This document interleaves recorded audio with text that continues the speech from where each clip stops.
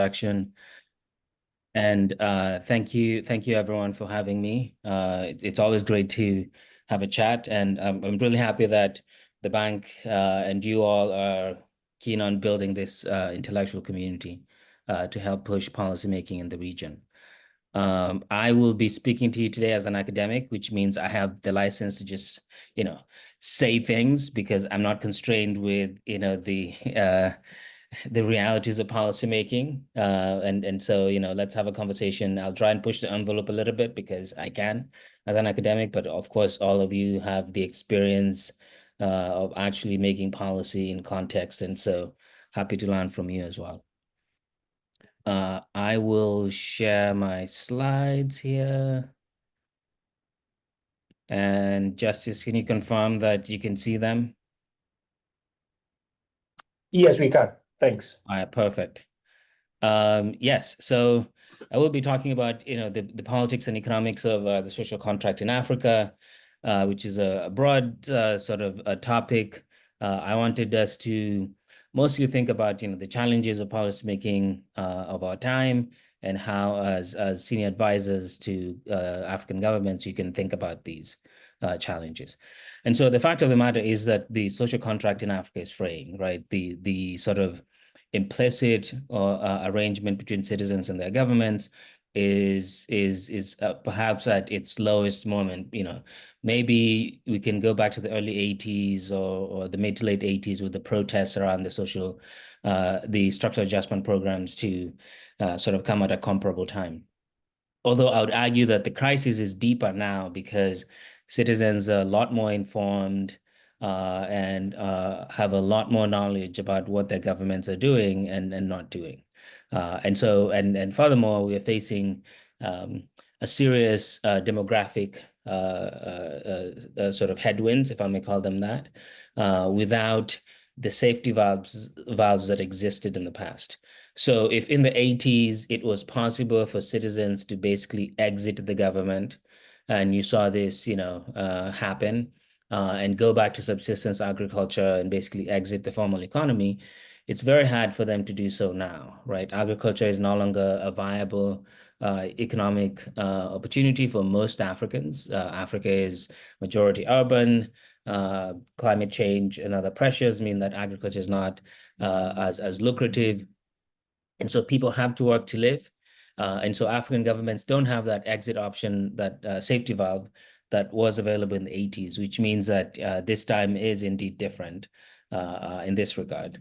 And so, you see this in public opinion on jobs. So just looking at Afrobarometer data, you see the spike in the share of African citizens who say that governments are doing a terrible job creating jobs. The combined very badly and fairly badly is over 70%. So, over 70% of respondents in Afrobarometer surveys, at least in the last round 10, from last year and early this year, are saying that, jobs is African governments are failing in creating jobs. And why is this so, right? I think a key driver here is obviously the visible everyday policy failures, right?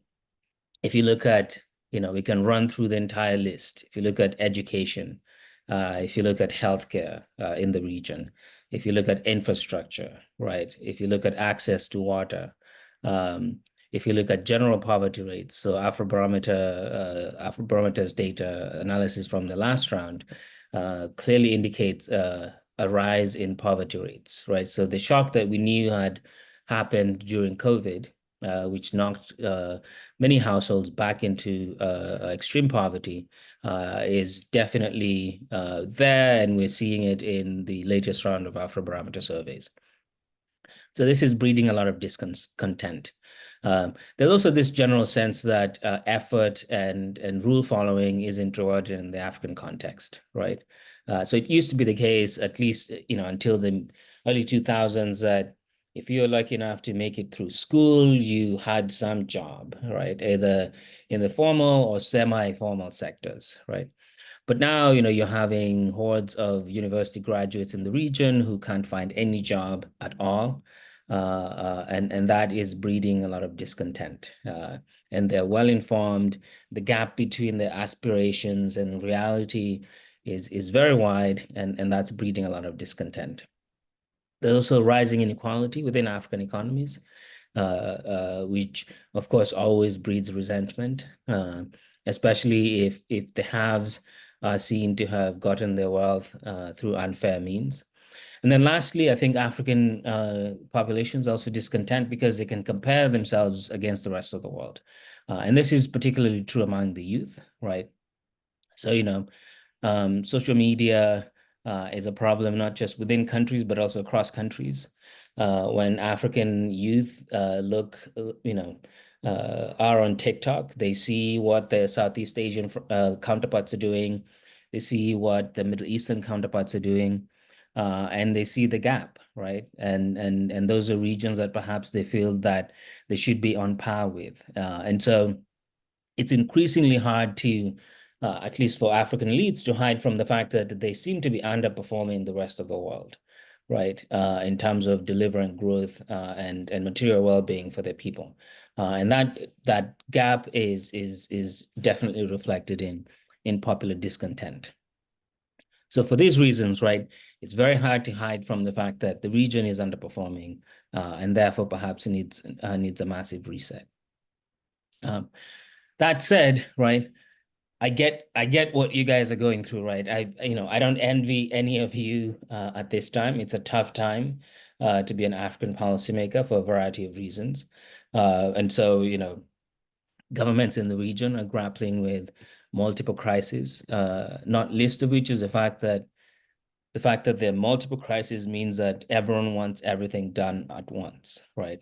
And there's certainly not enough resources or time for that to be the case.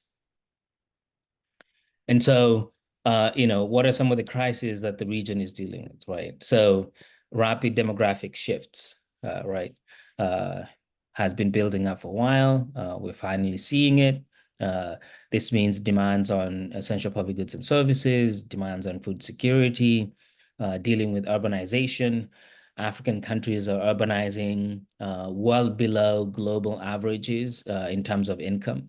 So it used to be the case that countries would urbanize after hitting about, middle income status. African countries are urbanizing while they're still low income, meaning that there isn't enough money in urban areas to pay for urban infrastructure. And so there's a real risk that urbanization in the region will not yield the developmental sort of improvements that we typically associate with urbanization, right? So, you're seeing urban areas look very much like rural areas in terms of education attainment, family sizes, general productivity, etc. You're also trying to make policy in an electoral context that's very demanding, right? Both politicians and voters are impatient and want to do everything at once. So there's no room for, patient sequencing of policies, right? It's everyone wants to do everything at once to claim credit and to please voters, and that comes with lots of opportunities for failure. And then, the policy failures of the past keep rearing their heads, right? So if you think of education as an example, right? Part of the reason why African governments are struggling to provide quality education today is because beginning in the early 80s, cuts on education spending meant that several cohorts of kids did not attend school, and infrastructure wasn't built to accommodate them. And so it wasn't until the early 2000s that infrastructure was built for primary school access. Those kids then need to go to high school. So now there's pressure for secondary school access. And of course, cumulatively, there's also pressure for tertiary access. And so policy failures of the past, right, continue to exert pressure on policymaking today in ways that, are beyond the control of contemporary policymakers. And then lastly, all of this is happening in, what I can characterize as a hostile global global economics and geopolitics, right? The world economy is facing a lot of uncertainty, and geopolitics might also get in the way of regular order in terms of trade, the flows of aid, right? We're seeing lots of aid cuts by donors. Many African countries are aid dependent, so that will definitely have a bearing on the economic performance down the road. So that's also something to look out for. All right, and so I'm sure all of you know these trends, but just for emphasis, right? This is a should be a headache for many policymakers in the region, a lot more than I see, quite frankly. And I mean, I think the demographic trends in the region are an opportunity, right? Many people worry about this as too many stomachs. How will we feed them? I see them as both stomachs and brains, right? People who will innovate in the region and sort of produce the sources of advancements that the region needs, if the governments in the region invest in the human capital. So the demographic trends are what they are. They are unavoidable. Yes, the trends will plateau much earlier than the UN predicts, mostly because education attainment, especially among girls, is trending in the right direction. But it's still true that by the end of the century, there will be about 3 billion Africans, right? More than double the current number. And that will be a serious challenge for policymakers. As I said, people are increasingly dissatisfied with the governments in the region, right? Even Africans who live in democratic systems say that, they're dissatisfied.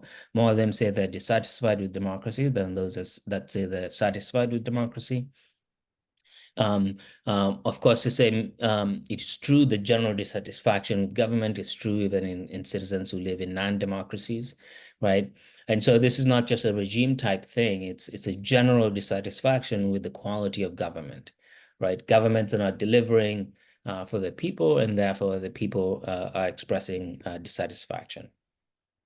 And again, there are glaring examples of missed opportunities from the past, right?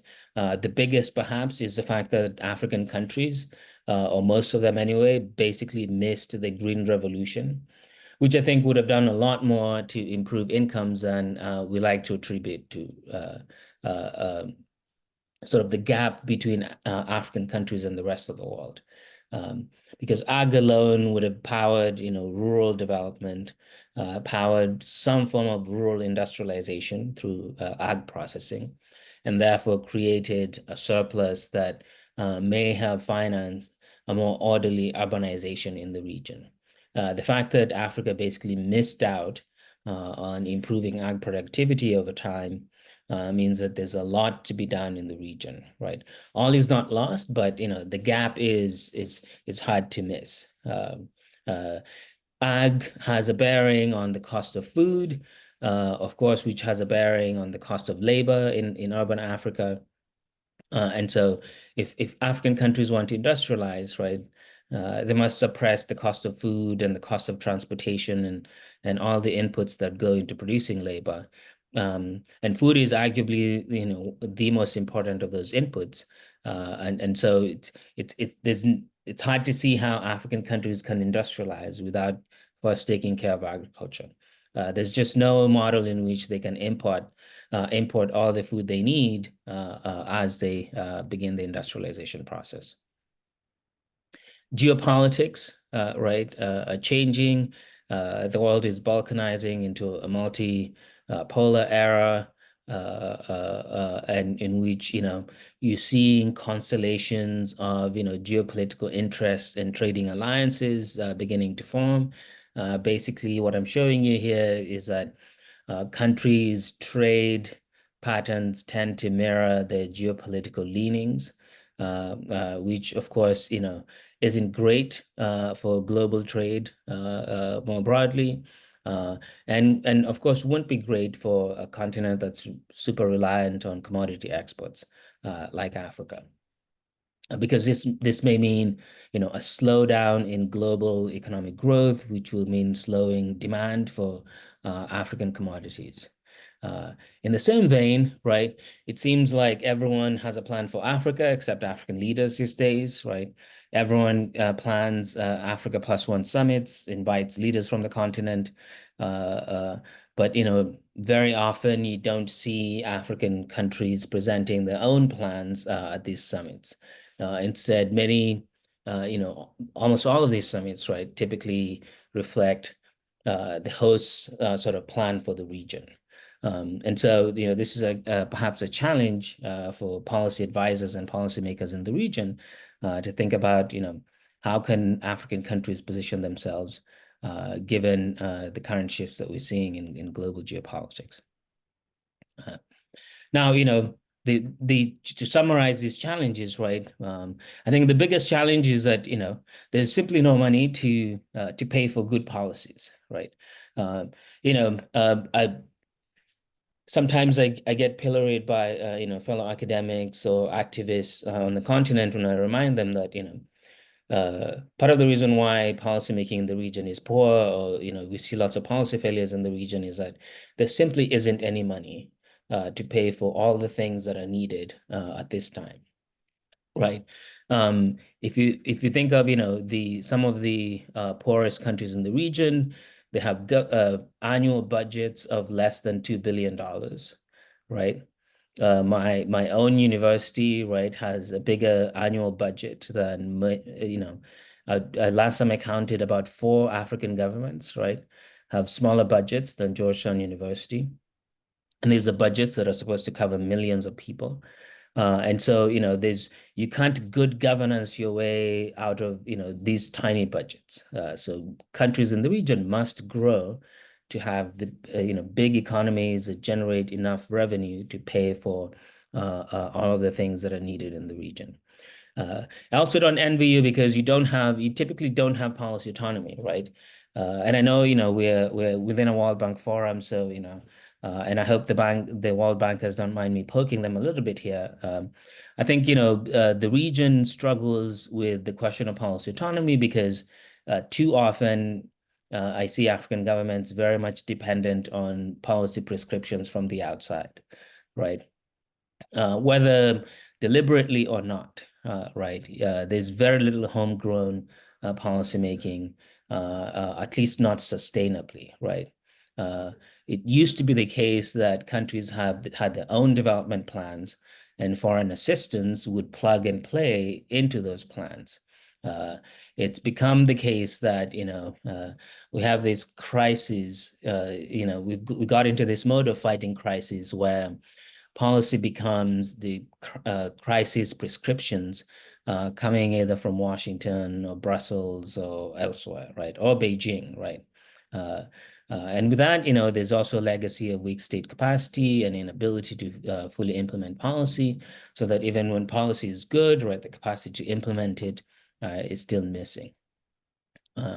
Politics is a challenge, right, that few want to talk about, but I think should be addressed head on.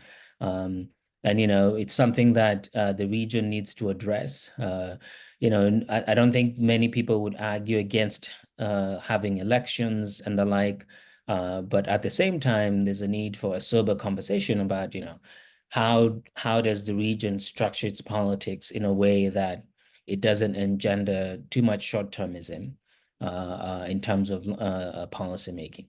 And then, I think the region still lacks sufficient policy research, by which I mean, context-specific policy research, because policy autonomy often means that everyone gets the same prescription from the outside, and they try to do the best they can with it. Not many governments in the region have robust research capacity for policymaking domestically.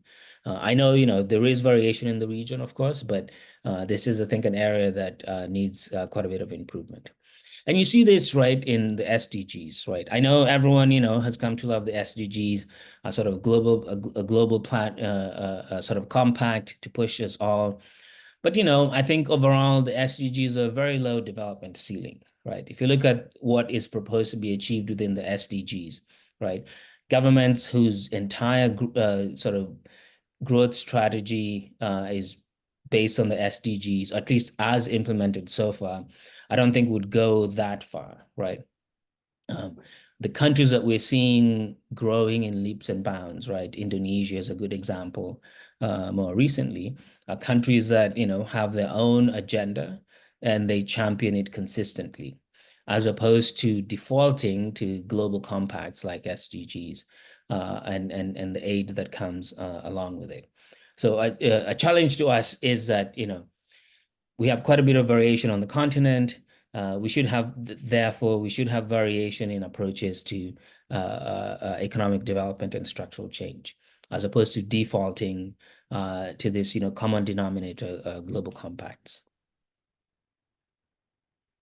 And so, you know, one of my wish lists is to, you know, have ministers in the region do less talking about SDGs and actually telling us, you know, what their actual plans are. Of course, some of them will overlap with the SDGs, but too often when I hear SDGs in official speeches, you know, I get this reaction that, you know, perhaps there hasn't been a homegrown sort of process of thinking about what it should actually be done instead of just, you know, defaulting to this, again, global compacts. All right, all is not yet lost. I think, you know, for one, African economies are a lot more resilient than they used to be. I think many of us, at least, you know, in the academy and in DC and other policy circles, people still have PTSD from the 70s and 80s. And every time there's a crisis, you know, everyone worries that we'll go back to that long, messy decade from the late 70s to the mid 90s. But, you know, things are different. African economy is a lot more resilient than they used to be. We shouldn't overlearn lessons from the 80s. The crisis hit when African countries were barely 20 years old. So we shouldn't be surprised that, you know, they had a hard go. Now things are different. Most countries are over 60. They are a lot more resilient, and that is a good thing. Countries are a lot more stable politically.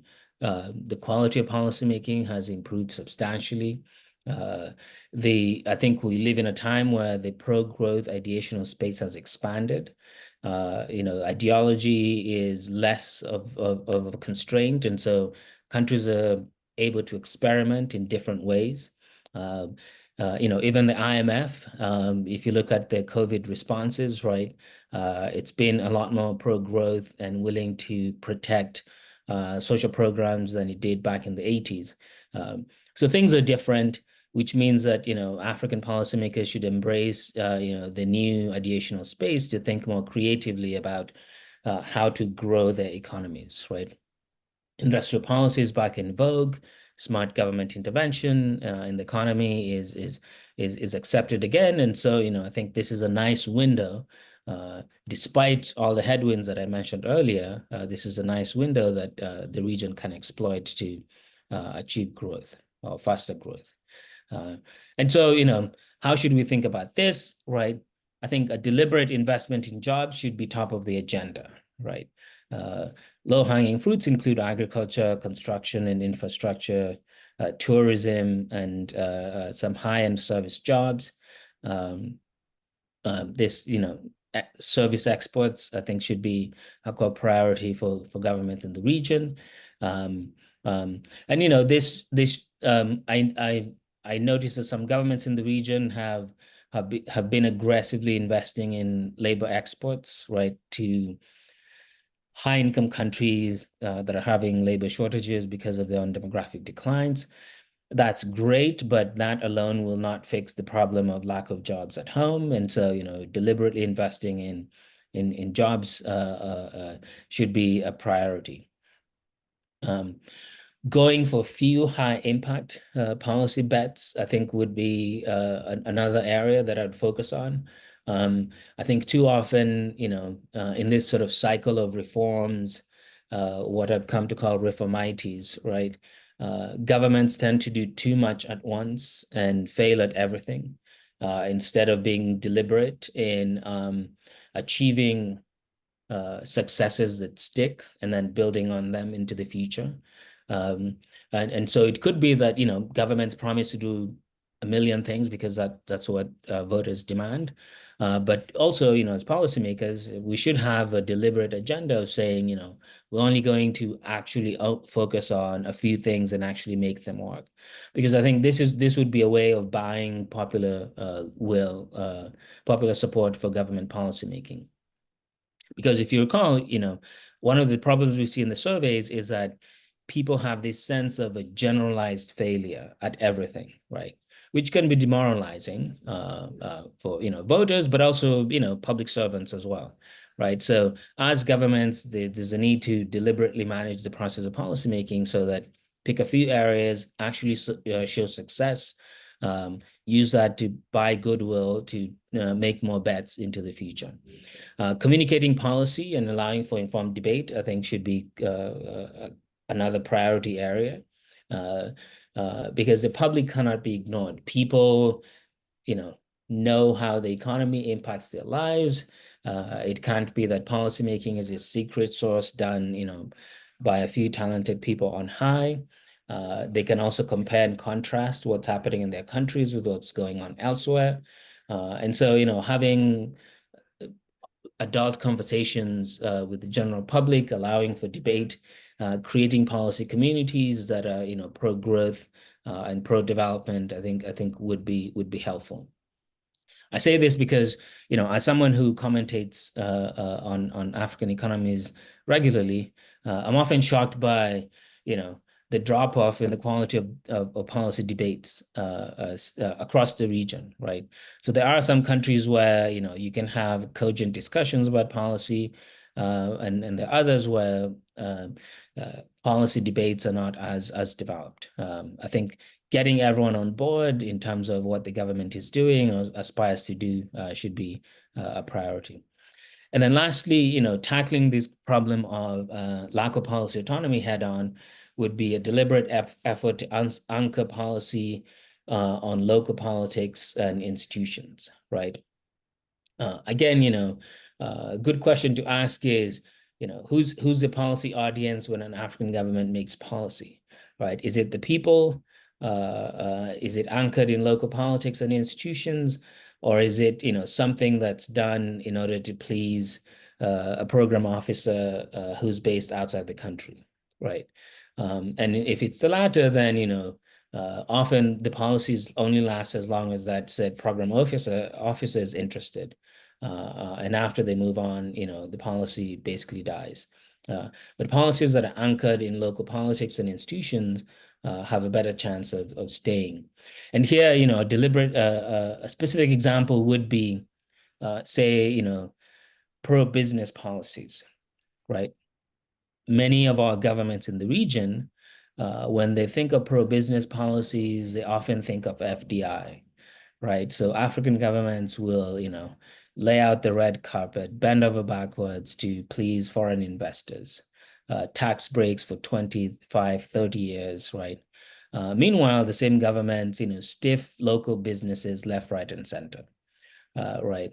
Meaning that, the government policymaking, right, in the previous era, right, was made with an eye on the doing business index without special attention to local businesses as the anchor for this FDI strategy, right?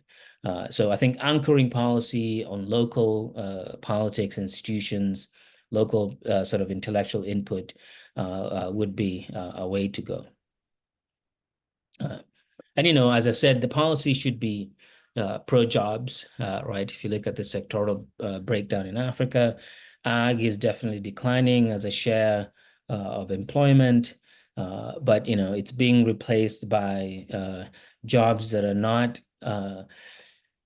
that high up on the productivity chain, right? The manufacturing jobs are not delivering, the service jobs are not delivering, and so this is a challenge for all of us. All right, so to conclude, before I open it up for discussion, I'd like to, end with this sort of provocative question, right? Because, as you can see, right, the data is what it is. Poverty rates have declined substantially elsewhere. In African countries, I think it's perhaps, with the exception of a few South Asian countries, this is the last region where in some countries poverty rates are actually increasing, right? And where the total number of poor people is actually increasing, right? So this is a big challenge for the region. Yes, lots of gains have been made, but it's still true that poverty rates are not declining at the rates in which they have declined in other parts of the world. So this is the enduring challenge for all of us, right? Because if we succeed, we'll see movement on this dimension, and if we fail, the line will remain flat, and that, of course, would not be ideal. I'll stop there and open it up for discussion.